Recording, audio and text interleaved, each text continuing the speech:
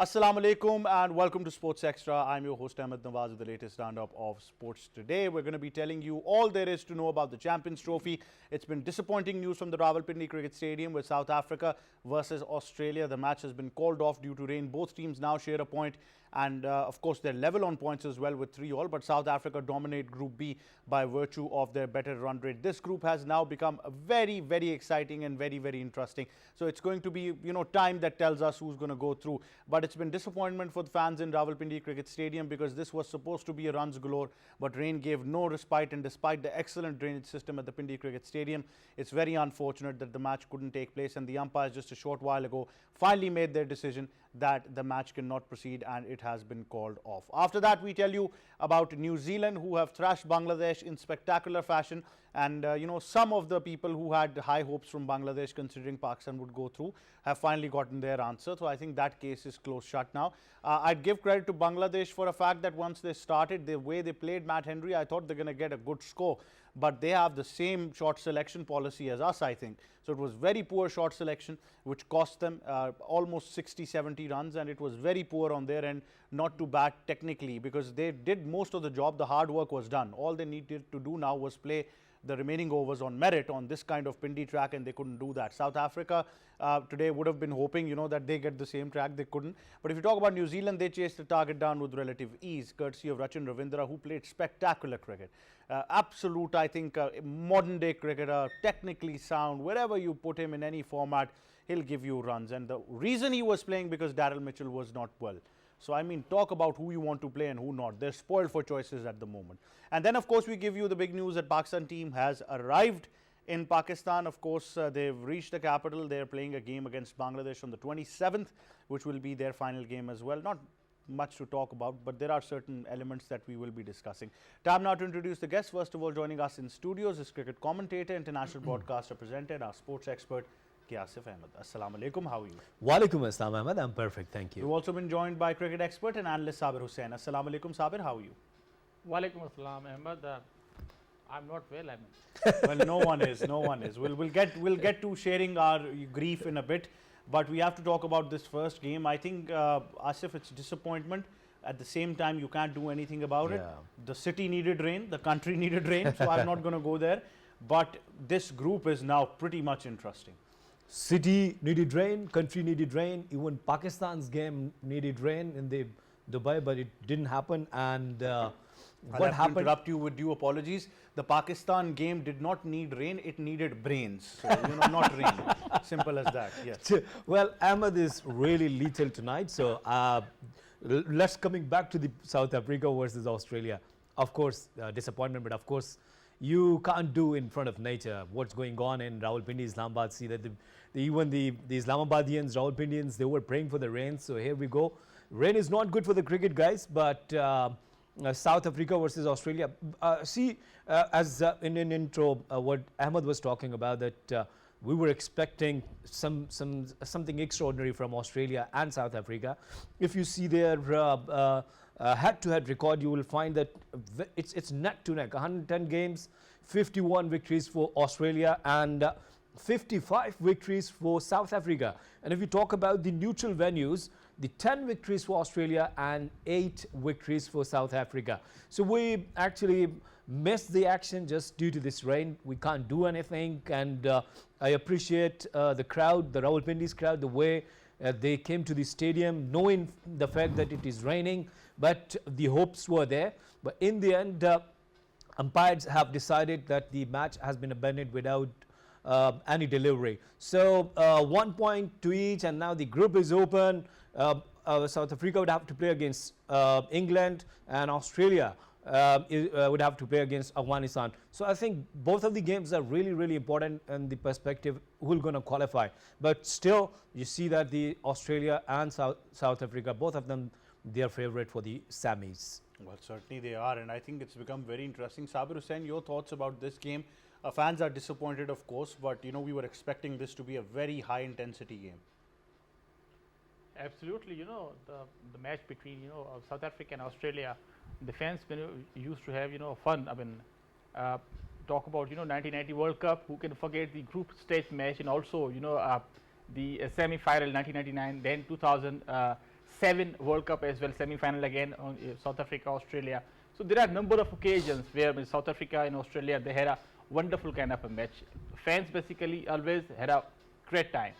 As far as this particular match, obviously everybody is disappointed. There was a rain since morning, wet outfield as well. So I mean the match is called off. This is the basically the number of less matches in this particular format. Champions Trophy. So you have to win every match. Every single match has equal importance, whether you're playing against Afghanistan or Bangladesh. So I mean now a very tough situation for England, I would say, because South Africa they beat the opponent team, and then the first match they basically had a good run rate as well ahead of Australia in the group table. But Australian point of view, they had a match against Afghanistan, but I mean they basically played remarkably well against England, the arch rival against England as well. They had a plan.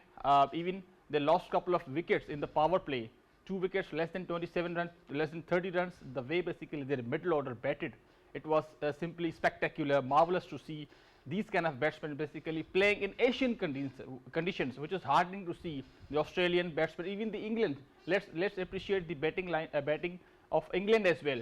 The English players basically they batted beautifully on a Lahore ground, and even the crowd. Look at the Pakistani basically crowd. This is a clear message to ICC, by the way.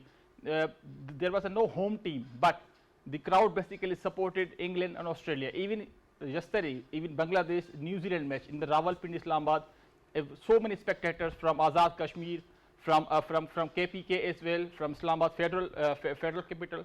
So I mean this shows the love and passion in Pakistan. Obviously we are disappointed because our Pakistani team is knocked out from the Champions Trophy. There are lots of concerns. Can we continue on Pakistan as well, Ahmed? No, you just did. I mean, you're trying to forget this again and again, but you bring it up. Look, I mean, as a Pakistani nation, we basically does not deserve such kind of a result. We used to see, Wasim Akram, Waqar, Yunus, Zahir Abbas, Mudassir Nazar, Imran Khan, so many greats, but we do not deserve such kind of results. Who can forget the spells of Wasim Akram, especially in the test matches and ODIs as well? Who can forget the spells of, Saqlain Mushtaq Ahmed, a great spinners we talk about, so many leg spinners. But I mean, look at the performance of Pakistan, especially in the last 5 to 7 years. It's horrible. It's a crime basically.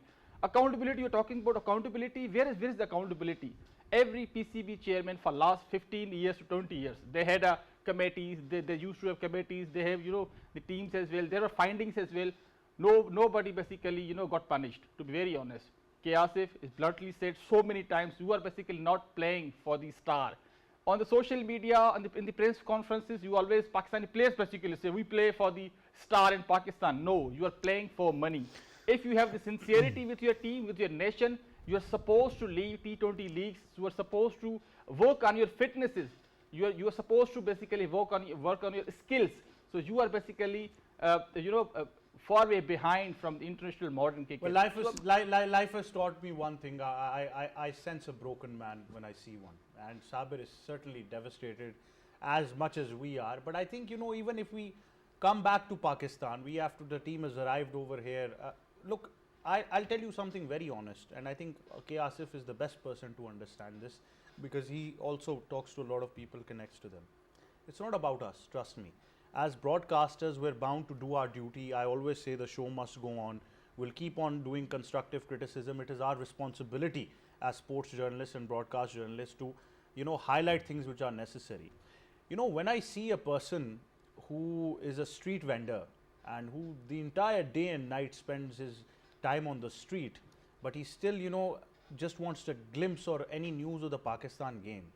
When I see a person who sells bread on a local tandoor and he asks me what has happened about the match, when I'm coming to the office by taking a cab and the cab driver asks me, or someone, a security guard asks me, anyone, my heart is broken that these people have given their love and soul to cricket in Pakistan. They've seen the peak era of Pakistan winning 2 World Cups. They've seen the peak era of us winning the Champions Trophy. And what they're seeing right now is something, Asif, I think this nation does not deserve. It deserves a lot better than what they're getting from the Pakistan cricket team.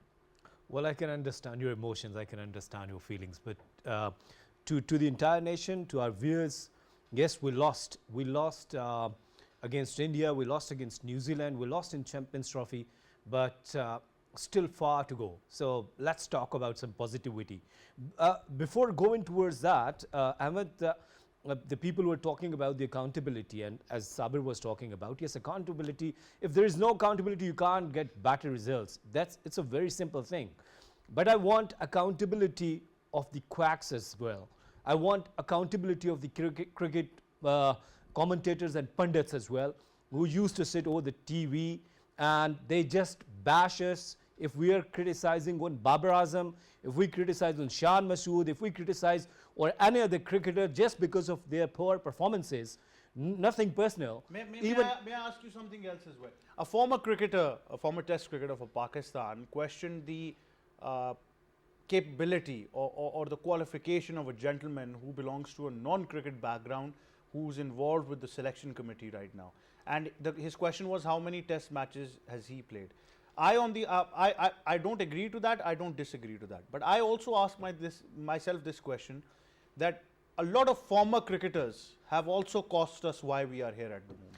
Well, that's absolutely correct. Let me name that guy. Amir Suhail, he has asked this guy that who is Hassan Chima? And Mirza Sahab was hosting that show and he said that Hassan Chima is a statistician, or he remained with Islamabad United, or might be some, and he was hosting a football show. And then definitely the reply was, I didn't like that reply actually, that how many test matches he played. Amir Saab, you remain in Pakistan Cricket Board. Amir Suhail Saab was the selection, the head of the selection committee. Amir Saab, tell us the story that why Pakistan lost in 1996 against India when you were playing there and Pakistan was out of the quarterfinal. So if you ask these questions, we'll raise more questions. It's nothing like that. If I haven't played the test cricket or international cricket, I cannot make comment. Even I can raise some points over the test cricketers, what they were doing when they were the part of the test cricket team, when they were the part of the managerial system of the Pakistan Cricket Board. Let's talk about Wahab Riaz. Wahab Riaz remained the head of the selection committee as well.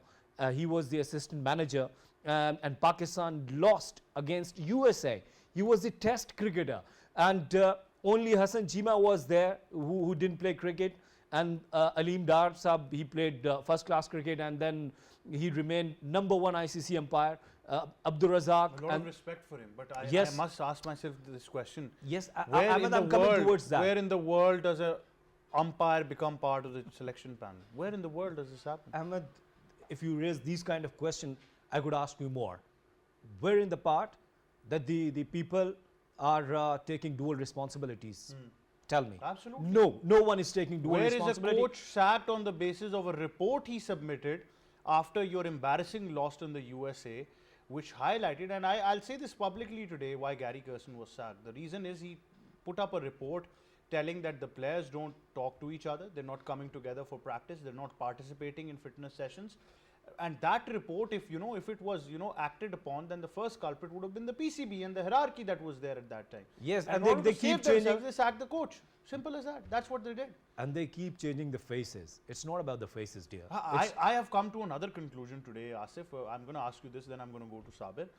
I have seen the Pakistan cricket team that whenever we say now this team is complete, the last time it happened in 2017 under Sarfaraz Ahmed, which I thought is the right moment now to invest in Sarfaraz as a captain. He should invest in his own self. 90% PCB is to blame, 10% Sarfaraz Ahmed. No, He also 75% to PCB. 70-30. Let's Yeah, do 70-30. Sarfaraz should have also realized the onus of being a Champions Trophy winning captain. From Yes. there onwards, he could have become Mahindra Singh Dhoni, or he could have faded away, and he faded away because of his own certain mistakes.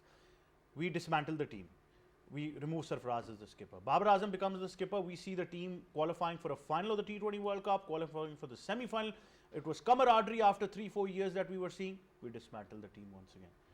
Right now, we've again come to a moment where I don't see this team gelling together. At any moment in time, people are actually joking about them to, come and play club cricket against themselves. Well, Ahmed, on the other side, yes, I strongly agree with you. All of the points you've raised, I think these are the genuine points. When on the other side, when the management or the colleagues of your team, if they're leaking pictures that you're crying, videos, you're crying in the dressing room, or if you're offering prayers, I think stop. Don't try to take sympathies with these kind of visuals, with these kind of pictures. We want results in the ground, and these are your personal things. If you are crying, see, I don't want to see you crying in front of the nation. I want to see you making scores and taking wickets in front of the nation. So if you are crying, the entire nation is bleeding, of course. Absolutely. Sabir Hussain, in this entire scenario that has happened with Pakistan cricket, you're out of the Champions Trophy, we've accepted the fate, the captain, I salute the captain for having enough bravery to actually tell us that we're out when we already knew that we were out. It wasn't needed. He said nothing concrete. Who is the one who's going to come up and say that I'm responsible? This is my fault. Look, I mean, Pakistani culture, basically, who takes the responsibility? There are basically some morals and some ethics as well. Look, personally, you talk about lots of things about the others, but you have to judge yourself first of all. You were the part of the selection committee when Kushdil Shah was selected. You were the part of the selection committee when Fahim Ashraf was selected. You were the one who should have objected. Basically, you were the will be answerable after the Champions Trophy. You should have gone for the a specialist spinner. You should have gone for some other fast bowling options as well. But you basically said yes, and now you are the responsible. Nobody basically, will ask Aqib Javed or some other like Hassan Chima or XYZ. But you are the leader. You will be answerable because captain is the one who selects the team, who basically run the show during the overs as well. So you are the basically one who should be responsible. You during the PSL, just look PSL captain. Sabir, you and Ahmed, please. Yes. Sabir, please. Let's start accountability from ourselves.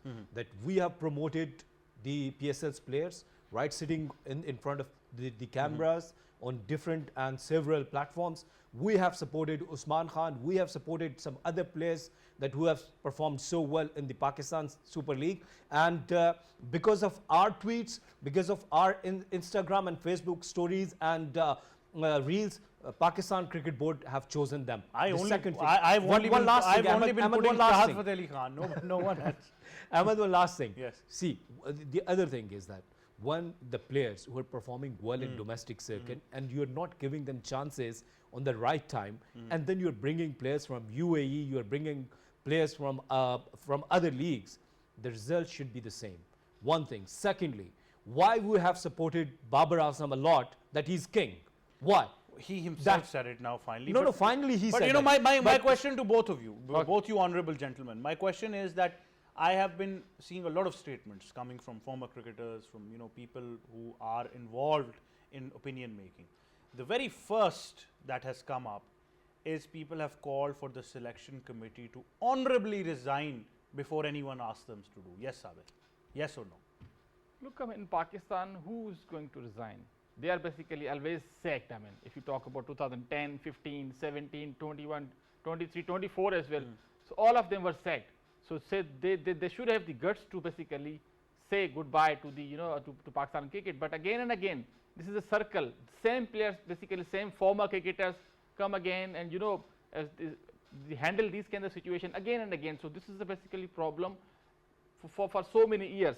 Look, I mean, if they are watching our videos, Instagram stories, Facebook stories as well, some reels as well. So on that basis, they are basically selecting the team. So how much weak the selection committee is, I mean. Well, so that's true. That's true, Sabir. Yes, What happened? yes. No, They what are not happened with going the, to the grounds. They are Sabir, trying what to- happened with the Fakhr Zaman? Why we brought him into the side No. after so many I totally criticism agree over with, the after I so many totally criticism agree. over the I- social media? I have lots of respect. Everybody must be respected as far as opinions are concerned. No, that's Fakhr fine. Zaman is the only match winner in Pakistan for last 7 I years. respect, but Right, see, we're going to move on to that, but of course we have to give you some highlights and insight into the game that finally, made sure that Pakistan was out of the tournament. Take a look at this report. Welcome around the world to Rawalpindi Cricket Stadium. That's a magnificent shot. You can hear it off the bat, down the ground, Kane Williamson with the catch, just like that. and that will be 4 more. Bracewell's gone 4 for, just good enough. Excellent catch. Yes, through! It's a wicket maiden to start! Glorious piece of timing. It's the inside edge that's the undoing. Rachin Ravindra, 100 in the men's ICC Champions Trophy. They are officially into the semi-finals. Earlier, New Zealand captain Mitchell Santner won the toss and put Bangladesh into bat. Batting first, Bangladesh posted a total of 236 runs for the loss of 9 wickets in 50 overs. Tanzeed Hassan and captain Najmul Hussain Shantu opened the innings, but Hassan was dismissed early after making 24 runs. Gone. Caught at mid-wicket, instant success. Spinners. After 45 runs, opening stand Bangladeshi wickets fell with regular intervals. Mehdi Hassan Miraz made 13, Tauheed Haridoy added 7, Mushfiqur Rahim 2 and Mahmudullah out on 4 as Bangladesh lost 5 wickets for 118 runs. Well, this in the end, this could be an opportunity for Rachin Ravindra underneath it. Bangladesh down the wicket, mistimed again, and should be out, is out. They've done it again. Najmul Hussain Shantu and Zakir Ali then added 45 runs stand for the 6-wicket partnership. Shantu remained top scorer with 77 runs, hitting 9 fours, while Zakir Ali made 45 with the help of 3 fours and 1 6. Somebody's got to get it. The guy that ran the furthest forward ended up with it. Rishad Hussain added 26 while Taskeen Ahmed hit 10 runs. For New Zealand, Michael Bracewell bagged 4 while Will O'Rourke took 2 wickets. In reply, New Zealand achieved the 237-run target for the loss of 5 wickets in 46.1 overs. New Zealand lost 2 early wickets at 15 as Taskeen Ahmed clean bowled Will Young on duck, while Nahid Rana got the wicket of Kane Williamson, who made 5. After losing 2 wickets, Devon Conway and Rachin Ravindra added 57 runs stand for the 3rd wicket partnership. Conway made 30 before Mustafizur Rahman clean bowled him. After losing 3 wickets at 72, Rachin Ravindra and Tom Latham provided 129 runs stand for the 4th wicket partnership. Rachin Ravindra completed his century and remained top scorer with 112 runs knocked. His innings laced with 12 fours and 1 6. Duels in that match that you were talking about before. Shot. 300s in the men's 50-over World Cup just a couple of years ago, and now 100 in the men's ICC Champions Trophy, his 4th overall. Tom Latham added 55 while Glenn Phillips scored 21 not out. Michael Bracewell declared player of the match. With the win, New Zealand moved to the top spot in Group A with 4 points. India is at 2nd place with 4 points. From Group A, New Zealand and India qualify for the semi-finals, while Bangladesh and defending champion Pakistan crashed out of the tournament. Reporting for PTV World, Ali Afzal Rao. Well, there you have it. Ali Afzal Rao gives us the details of this game, and like I said, Bangladesh started off well, but typical fashion, they just lost wickets because of poor shot selection. But K. Asif, seeing Rachin Ravindra, seeing this New Zealand side, one must appreciate that they've developed a structure which is now giving them results. Well, this is called structure. This is called system. They're not believing on 1 or 2 stars or 1 or 2 players. If they're senior players like Kane Williamson and Will Young, if they're not performing well, don't worry. They have Rachin Ravindra, they have Daryl Mitchell. And see, here comes the answer. Once again, if you see the stats of Rachin Ravindra in first-class cricket, in List A cricket, you will find an answer that how Daryl Mitchell and Rachin Ravindra, they were performing in their domestic circuit. And kudos to their management, kudos to their selection committee and their think tank. They have worked it properly, that we're going to the Pakistan and the conditions will be definitely helping to the spinners.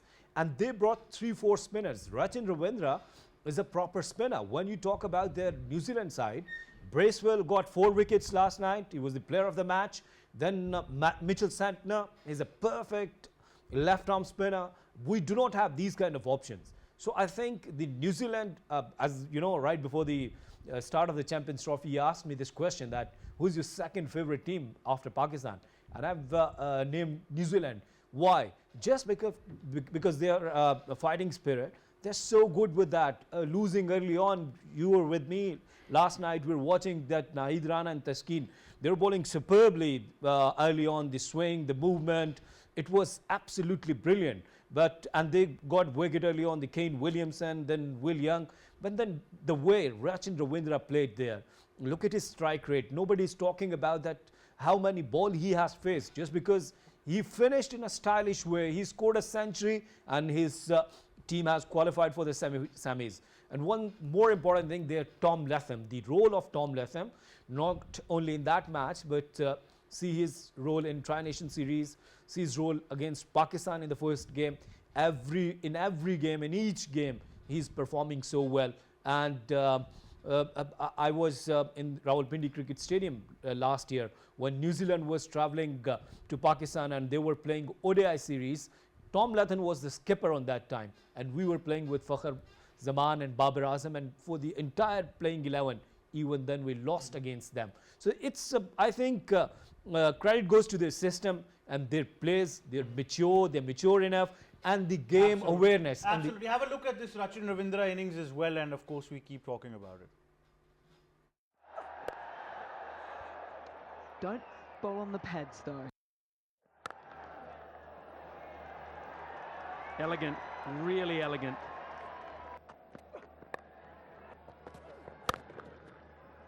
And he beats them both with absolute precision. Well, that'll do, and that's a wonderful way to... And that's a boundary. Just a bit of bounce there. And it's been edged fine. Short. And belted away. Latham missed out.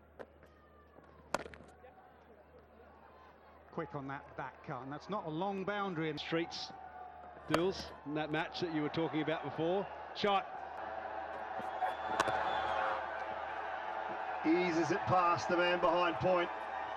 He does love an ICC men's event, does Rachin Ravindra.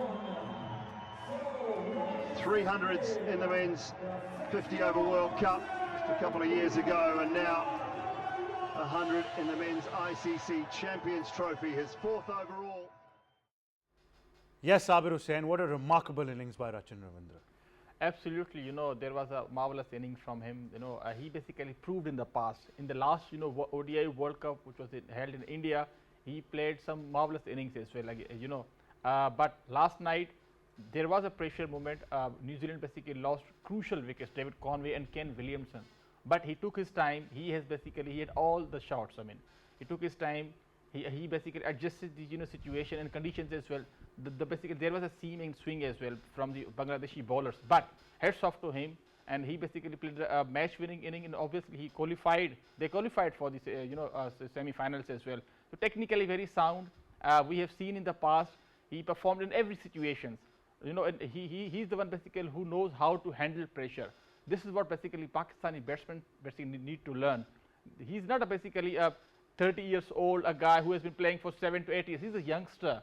Recently, he has basically come into international cricket, but he basically he has understood all the formulas, rules, regulation, SOPs as well. But heads off to him again. Pakistani players must understand the situation and the kind of, you know, the technically things you have to understand before coming into international cricket. Certainly. Sabir Hussain, Asif Ahmed, thank you very much for joining us. That brings us to the close of our program. From me and the entire team, it's goodbye for now.